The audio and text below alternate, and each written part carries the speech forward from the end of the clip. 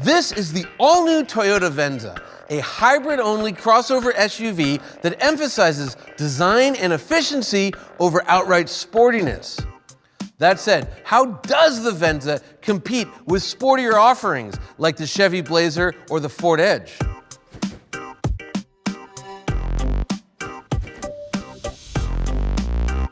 When the Venza debuted in 2011, it was essentially a Camry station wagon. This new one shares its underpinnings with the RAV4, but obviously looks quite different, and that's what Toyota's trying to do. They want to offer an alternative to the traditional boxy SUV with something that's more sculpted, has a richer interior, and of course, hybrid efficiency.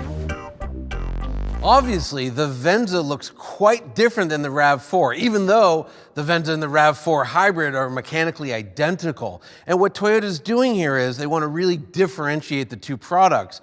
You know, the RAV4 looks like the 4Runner, looks like the Land Cruiser, it looks like a blocky SUV that can go off-road, whereas the Venza doesn't. It's much curvier, it's much swoopier, it looks much more like a Lexus. And that's what Toyota's trying to do here, right? They want to bring in buyers who are more design-focused, who are more upscale, who are wealthier. To me, the most surprising thing about the Venza is its high-quality interior. Design is subjective. You might say you like the way the car looks on the outside or you don't. However, I think almost everybody will agree this is a nice cabin.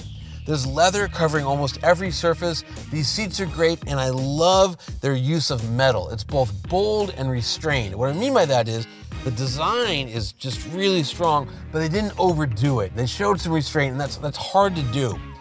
Then there's this touchscreen, which I think is the best I've ever seen in a Toyota, with one really cool feature. Check this out. Here's the climate controls, right? I'm the driver, I can't quite reach them, so boom, pop it over to my side of the screen. Passenger gets warm, boom, they pop it back to their side, and it's true of everything you can do with a touchscreen.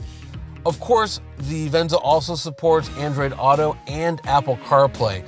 The big takeaway is that for this segment, the Venza has a surprisingly good interior. In their top trims, the vehicles that compete against the Venza, they all have turbocharged 4-cylinders or big thirsty V6s, whereas the Venza, it's always a hybrid.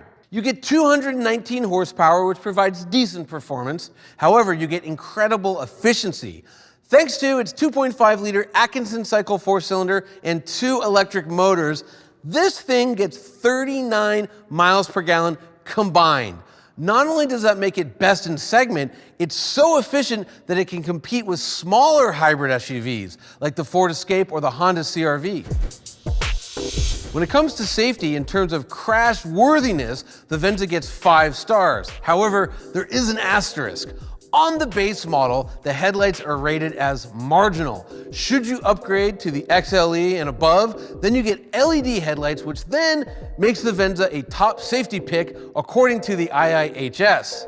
The Venza is also loaded with all kinds of standard active safety features, such as lane keeping assist, emergency braking, and adaptive cruise control. Let's talk price. The base Venza begins at just over $33,500. The XLE, sitting next to me, starts at just over $37,000. The way this one sits, it squeaks under that $40,000 price barrier. The Toyota Venza is a little more expensive than the vehicles it competes against. However, considering that it has standard all-wheel drive, a standard hybrid powertrain which provides it with incredible efficiency, a design-focused exterior, and a rich interior, we feel the Venza is a good value. If there's one thing you should take away about the Toyota Venza, it's this. If a car won't cut it for you, if you simply need to sit up high, but you still care about efficiency, this is your ride. To check out our latest vehicle rankings, go to motortrend.com/cars.